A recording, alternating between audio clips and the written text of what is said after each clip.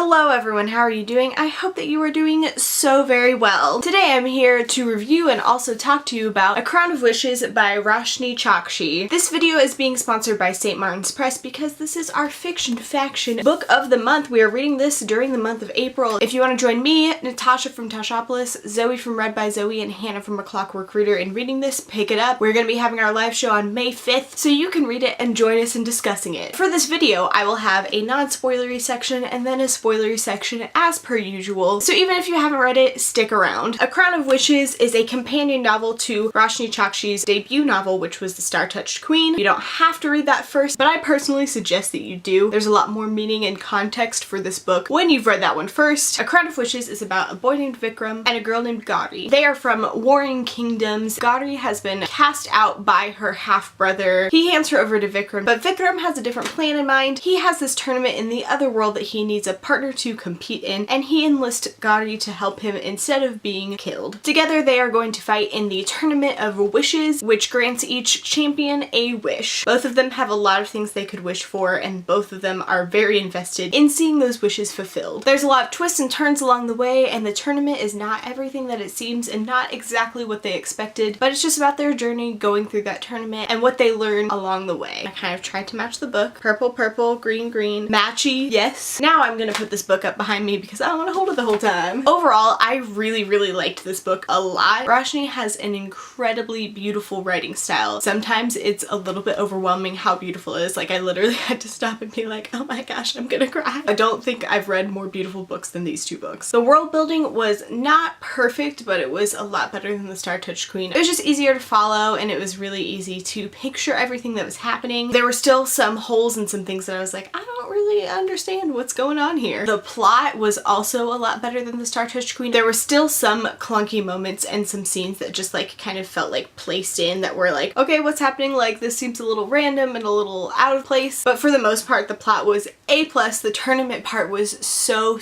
fun and so interesting and intriguing and really fun to follow and see their journey in the tournament and try to figure out what was coming next. And there were so many like random things that I was like, I've never seen stuff like this before. It's a lot of Indian and Eastern mythology that I'm not super familiar with, so it was very new to me and really fun in that way. And last but not least, in the non-spoiler section, the characters! The characters were so good. So freaking good. They were what made this book shine. Gauri and Vikram were incredible. Their banter was hilarious because they were so sassy to each other, and I loved every minute of it. Living. And I loved both of them so much. Like, I could talk about them all day, go into spoilers, but I won't. They are really what made this book shine. It was fantastic and amazing and the best. I gave this book a 4 out of 5 stars, possibly a 4.5, but right now I'm gonna go with 4 because some of the plot and world building wasn't 100% there, but overall it was still an incredible and fantastic and wonderful book. That's it for the non-spoiler section. Go away if you haven't read this book because we're gonna talk spoilers. See you later, bye! Alright, time for spoilers. I feel like any spoiler section for me is me just talking about scenes that I loved and things that I loved. Like I said, the world building was a lot better than The Star-Touched Queen. Aleka, something, was a lot more well formed. There was a lot more happening. You heard about that world from a lot of different perspectives rather than just Maya's perspective. I feel like I got a more well-formed view of what the other world was like from this book. There were also all those different obstacles that they had to overcome. There was that forest where they faced their worst fears and it was like horrifying and the worst. There was them getting captured by those monkey things because Gauri accidentally had that fruit and she became a beast, and it was like kind of weird but also kind of great. Honestly, this whole book had me shouting, yes Gauri, yes queen. She is such an incredible character. She's so strong and strong-willed and independent and has gone through so much, and she's also a fighter and I just love her so much. And then whenever she got the glass hand at the end, I was really sad because I was like, oh my gosh, no honey, no. Also, Vikram as a tortured soul, I freaking loved him. I loved their slow burn relationship so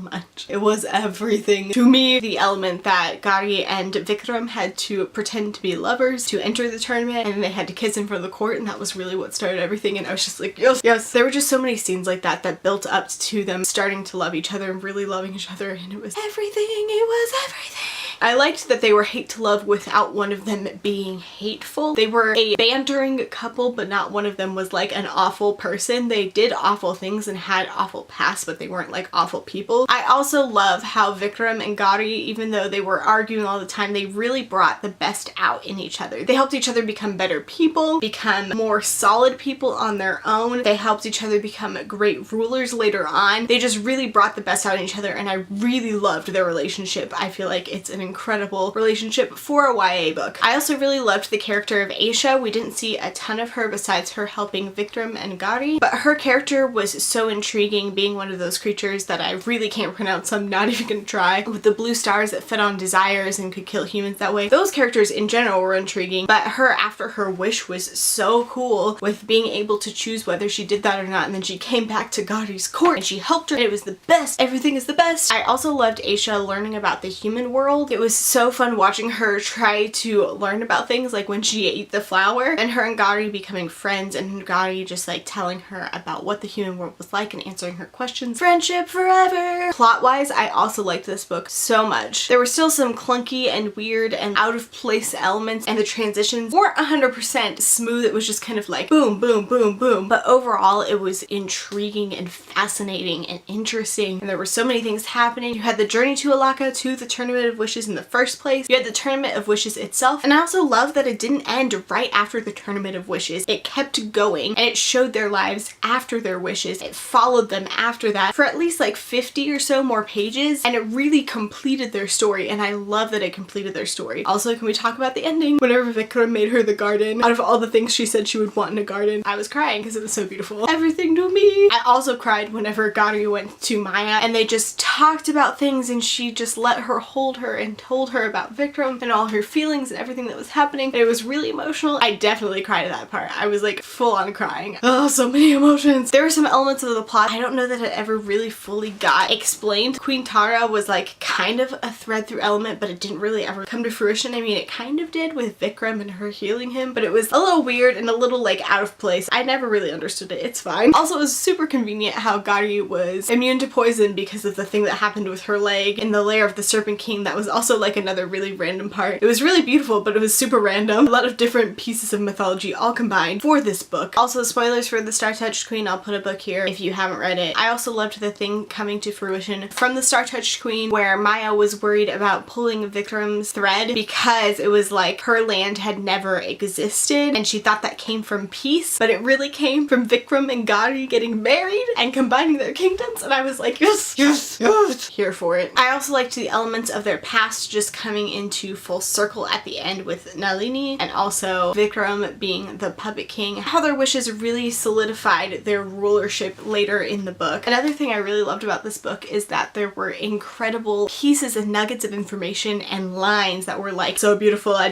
need to write it down. One of them is death commanded urgency, death tore the skin off dreams and showed the bones underneath. That was one that was beautiful and perfect and amazing. This one I loved. Dress as if you were the mirror of your hopes and the world will do its best to match you. Living. Beauty doesn't outlive you, only actions do. So good. There were just a lot of little lines like that that were perfect and amazing, and it was just, oh, so freaking good. I feel like literally I'm just rambling and I'm just trying to talk about how much I loved this book. It was just so beautifully written, and the characters were incredible, and the plot was interesting. It was everything, and I just really want everyone to read it, and I want everyone to experience it with me because it was so good. The story was beautiful, the writing was beautiful, the romance was beautiful. Everything made me super emotional and made me love it so, so much. It was just such a beautiful story overall. Everything was beautiful and amazing and the best. And that's all I'm gonna talk about. I'm sure that I missed things that I wanted to talk about, so if you want to discuss anything down below, feel free to. Make sure to do the spoiler, a lot of enters, and then write your comment so it doesn't actually spoil people, and then we can just talk about different things from this book because it was so beautiful and the best, and everyone should read it. Yes. If you like this video, go ahead and like it, and if you want more reviews of me just like rambling everything, hit subscribe. Thank you so much for watching this video, and I'll see you next time. Bye.